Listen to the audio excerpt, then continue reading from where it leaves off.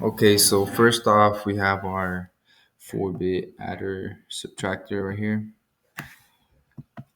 We have our control input, our bit extender, our two input, 4-bit inputs, A and B, our XOR gate, which is used as a inverter in this case.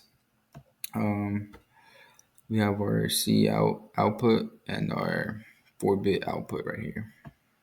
So in this case, what controls whether we negate or add is this input right here, which the XOR is being useful with because this allows us to be either or. So we do high, then it's low, but if we do low, then it's high. And this bit extender right here allows allows us to transform a value into a value of another bit width. So if it's being transformed into a smaller bit width, it's simply shortened to keep the lowest order bit, so the least significant bit. So in this case, since we're adding, so the highest output would be a 8, or no, in this case 9, since it's a 4-bit output. It doesn't allow you to put two digit numbers.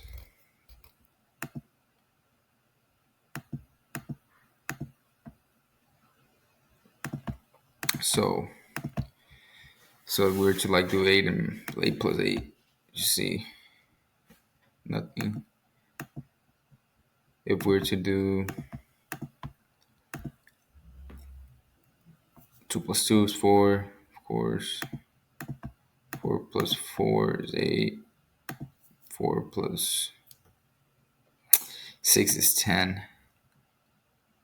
But it's 2 digits, so it doesn't show it right here. But if you were to negate, then it's 4 minus 4, which is 0. If it's 2 minus 4, then it's a negative 2. But in this case, it's not going to show. Shows an E. But if it were to be 4 minus 2, you can see it's 2. If it were to be 8 minus 4 is 4. 8 minus 8 is 0. 0. And you can see that the 1 right here is turned on, which means it's being negated. So the possible range for the circuit is -8 to 7. And when selecting the negating option, the largest positive number in the input, uh, which will have its value negated, is 7.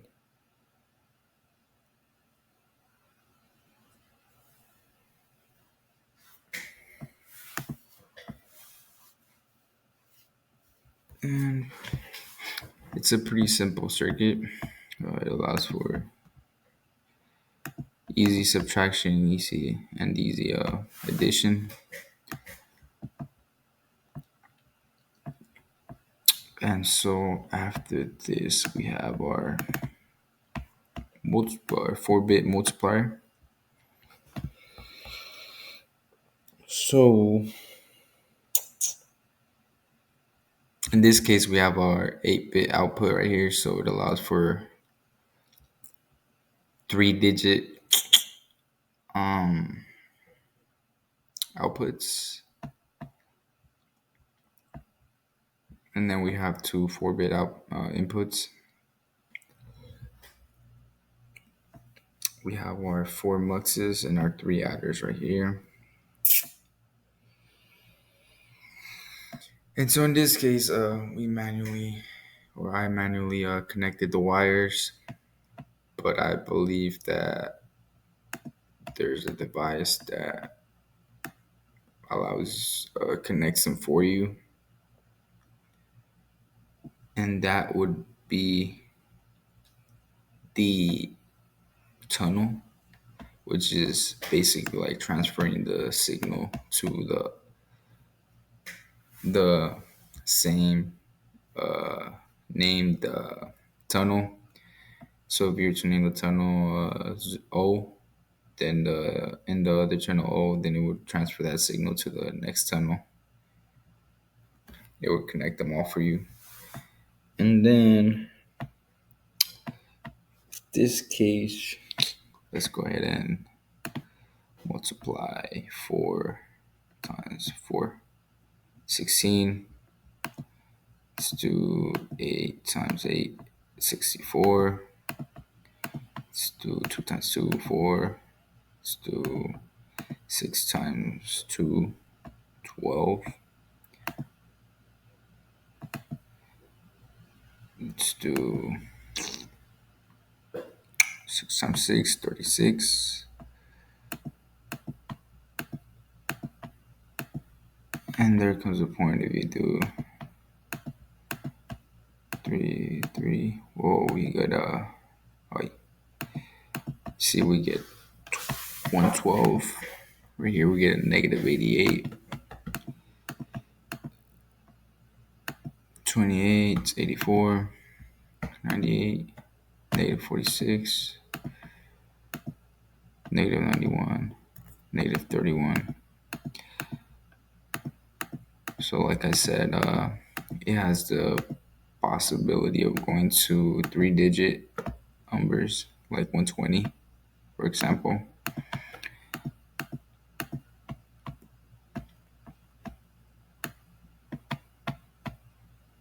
And we're to do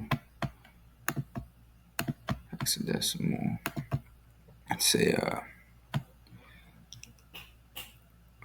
what is it? Let's just do this.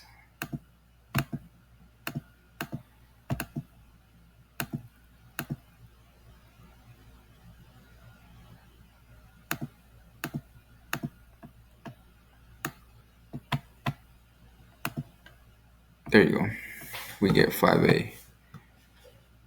So if it's 1001 and 1010, we get 5A.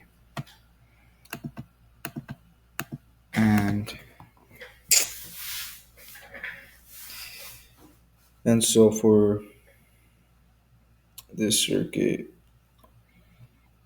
if we were to build it physically, there would be a lot of chips being used in the circuit or the breadboard, because like I said, we have 4 mux right here, 4 muxes, 2 to 1 muxes, which could be used with XOR gates as well. But if we like use this exact circuit, then we would have to use mux chips. So we'd have 4 chips, and we have 3 adder chips, and so it would be a lot of wiring. It would not look as simple and as clean as this circuit right here.